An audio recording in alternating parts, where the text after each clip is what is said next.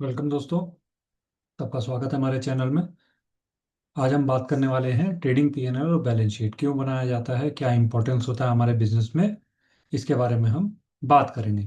Final accounts जो होते हैं हमारे ट्रायल बैलेंस के बाद बनाए जाते हैं ट्रेडिंग पीएनएल और बैलेंस शीट के रूप में। तीन तरीके से तीन फॉर्मेट हमारे बनाए जाते हैं। जितने भी हमारे एक्सपेंसेस और इनकम्स होती हैं या जितनी भी ट्रेडिंग होती है हमारी, जितनी भी फाइनेंशियल पोजीशन होती है हमारे बिजनेस की, एक बार शुरू करने के बाद और एंड तक वो किस तरीके से हमें अपने ऑडिटिंग में, अपने अकाउंटिंग में कैसे शो करनी पड़ती है, वो ट्रेडिंग पीएनएल और बैलेंस शीट बताते हैं, जिसको हम फाइनल अकाउंट भी कहते हैं।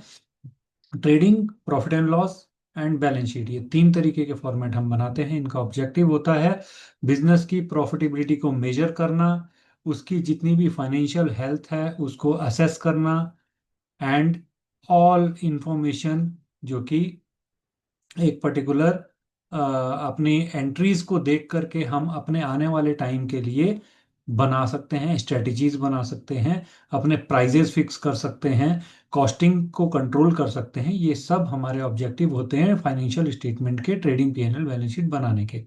जिसमें पहला स्टेप आ जाता है हमारा ट्रेडिंग का। ट्रेडिंग क्या करता है कि 1 अप्रैल 2026 से अगर आपने अपना बिजनेस स्टार्ट करा और 31 मार्च 2027 को आप खत्म करेंगे, तो पहली बात तो आप पूरा साल भर खत्म करने के बाद इनको स्टार्ट करते हैं बनाना। क्योंकि जब हम मैच करेंगे एक पर्टिकुलर पीरियड के अंदर जितने भी एक्सपेंसेस हो गए हैं, जितना रेवेन्यू आपने कमा लिया है, तो तब ये पहला स्टेप हमारा ट्रेडिंग अकाउंट बनाया जाता है और साथ में ही पीएनएल अकाउंट बनता है, जिसके अंदर एक पीरियड के रेवेन्यूज, जितनी भी सेल्स आपने कमाई हैं और जितने भी एक्सपेंसेस आपने करे हैं, cost of good sold, wages, rent, ये सारे एक्सपेंसेस हम इनको मैच करने के बाद अपने नेट प्रॉफिट या नेट लॉस पे पहुंचते हैं। ट्रेडिंग में हमारा ग्रॉस प्रॉफिट आ जाता है, जिसमें हम डायरेक्ट एक्सपेंसेस लेस कर देते हैं, और पीएनएल में हमारे सारे इनडायरेक्ट एक्सपेंसेस, वो एक्सपेंसेस जो हमारे सेल्स को सपोर्ट करते हैं, हमारे बिजनेस को सपोर्ट करते हैं इनडायरेक्टली। जो डायरेक्टली सपोर्ट करते हैं, प्रोडक्ट के ऊपर लगते हैं एक्सपेंसेस, वो हमारे ट्रेडिंग में आ जाते हैं। और जो हमारे पूरे प्रोडक्ट को सेल करने में मदद कर रहे हैं, एडमिनिस्ट्रेटिव एक्सपेंसेस हैं या सेलिंग एक्सपेंसेस हैं या नॉन ऑपरेटिंग एक्सपेंसेस हैं, वो सारे हमारे पीएनएल में आ जाते हैं, जिसके बाद हमें नेट प्रॉफिट या नेट लॉस के ऊपर पहुंचते हैं सारे रेवेन्यू और एक्सपेंसेस को मैच करने के बाद। जब हमारा नेट प्रॉफिट या नेट लॉस निकल के आ जाता है, तो इस नेट प्रॉफिट या नेट लॉस को हम लेकर जाते हैं बैलेंस शीट में। बैलेंस शीट में हम अपने बिजनेस की सारी एसेट्स और सारी लाइबिलिटीज को रख देते हैं। लाइबिलिटीज जो बिजनेस को पे आउट करनी है, और एसेट्स जो बिजनेस ओन करता है, जो बिजनेस के पास होते हैं एसेट्स, जितनी भी वैल्यू ओन करता है बिजनेस, उनको एसेट्स कहते हैं। जैसे cash in hand, cash at bank, land and machinery, debtors, furniture and fittings, ये सारे के सारे आपके एसेट्स के अंदर आते हैं। एंड लाइबिलिटीज, व्हाट इट ओज, इक्विटी और लाइबिलिटीज, ये दो चीज होती हैं जिसके अंदर आप अपनी लाइबिलिटीज को लिखते हैं। राइट। लाइबिलिटीज मतलब व्हाट इट ओज, जो बिजनेस को बाहर की दुनिया में देना है, क्रेडिटर्स को, बिल्स पेबल को, लोन को जो बैंक से लिया होगा। और इक्विटी हमारे ओनर का शेयर होता है, जो ओनर ने कैपिटल लगाई हुई होती है बिजनेस में। और जितने भी returns and reserve and surplus होते हैं, और जितनी भी रिटेन्स अर्निंग्स होती हैं, वो सारी की सारी हमारी ओनर्स की इक्विटी में आता है, सेल्स में आता है। ठीक है। और ये asset equals to liabilities plus equity, ये हमारी इक्वेशन जो होती है बैलेंस रहनी चाहिए हमेशा। इस इक्विटी की और लाइबिलिटी की और एसेट की जो इक्वेशन होती है, वो हमेशा हर ट्रांजैक्शन के बाद बैलेंस रहनी चाहिए। ये हमारी बैलेंस शीट बताती है। फाइनेंशियल पोजीशन हमारे बिजनेस की बताती है कि हमारा बिजनेस जो है प्रॉफिट में है या लॉस में है। After making trading and P&L, all the things, all the assets and liabilities are transferred to the balance sheet so that financial position of the business could be known.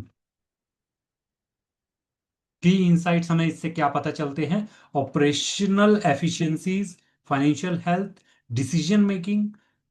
Operational efficiency हमें क्या पता चलती है? Revenue versus expenses, जितने भी revenue हमने कमाए हैं, जितने भी एक्सपेंसेस हमने करे हैं, उनको मैच करा जाता है।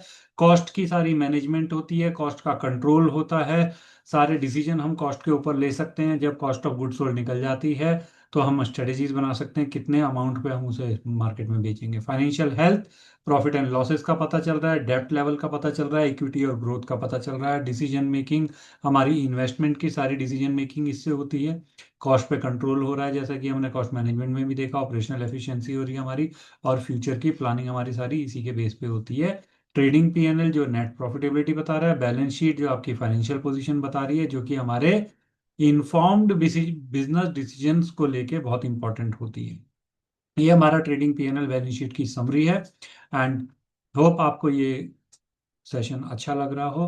पिछले 30 साल से 10 लाख बैंकर्स ऐसे ही वीडियोस और पीडीएफ देखकर अपने एग्जाम्स में बेनिफिट पा चुके हैं। वीडियोस और पीडीएफ हमारे जेआईबी, सीआईबी और प्रमोशनल एग्जाम से रिलेटेड होते हैं, जो कि आपको मिलेंगे सिर्फ और सिर्फ NSToorschoolofbanking.com पर। तो आइए इसका फ़ायदा उठाइए और लाइक और सब्सक्राइब जरूर करके जाइएगा। देखते हैं ट्रेडिंग पीएनएल बैलेंस शीट से किस तरीके के एमसीक्यूज हमें देखने को मिल सकते हैं। क्लोजिंग स्टॉक एक बहुत इंपॉर्टेंट पॉइंट होता है, बहुत इंपॉर्टेंट टॉपिक होता है। Closing stock is not shown inside the trial balance, हमारे ट्रायल बैलेंस में शो नहीं होता, but given as an adjustment, adjustment की तरह होता है।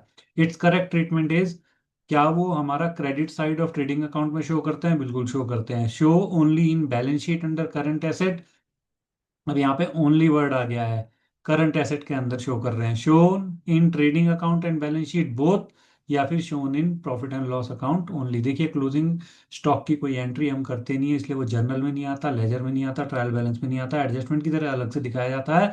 तो वो हमारा ट्रेडिंग में और बैलेंस शीट में दोनों जगह पर आता है, इसलिए हमारा आंसर सी होगा।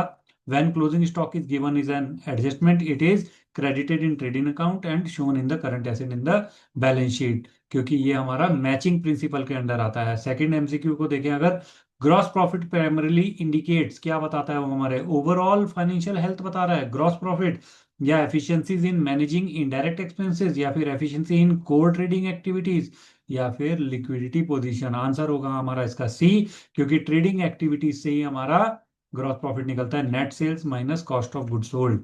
It evaluates performance by buying and selling of activities only, not indirect expenses or liquidity which comes under profit and loss account। MCQ3 हमें क्या बताता है? which expense is not debited to the trading account? Simple सा answer है salary, क्योंकि salary हमारा indirect expense होता है जो कि हमारा पीएनएल अकाउंट में जाता है, ना कि ट्रेडिंग अकाउंट में आता है। ट्रेडिंग में हमारा carriage inward, freight wages, factory wages sorry, और फ्रेट ऑन परचेजेस, जो भी हमारा प्रोडक्ट से रिलेटेड होगा वो हमारा ट्रेडिंग अकाउंट के अंदर आएगा।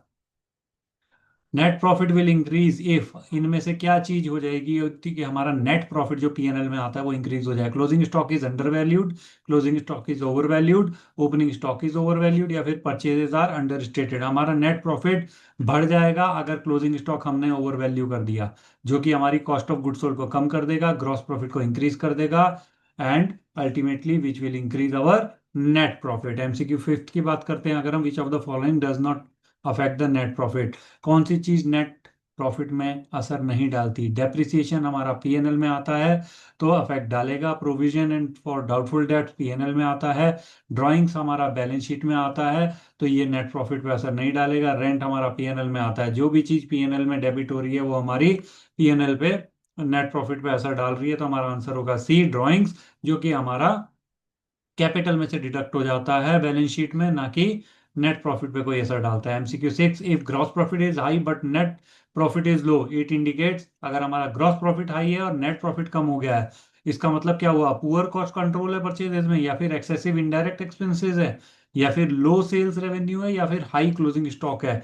सिंपल सा है कि अगर आपने अंदाजे का प्रॉफिट लगाया कि मेरे को इतना 50,000 का प्रॉफिट हो जाएगा, और नेट प्रॉफिट आपका उसके हिसाब से 5,000 आता है, तो ऑब्वियस सी बात है आपके इनडायरेक्ट एक्सपेंसेस बहुत ज्यादा हो चुके हैं। सेलिंग करने के टाइम पे बहुत सारे एक्सपेंसेस आपने कर दिए हैं जो कि पीएनएल में से डिडक्ट हो जाते हैं, डेबिट साइड में लिख देते हैं हम।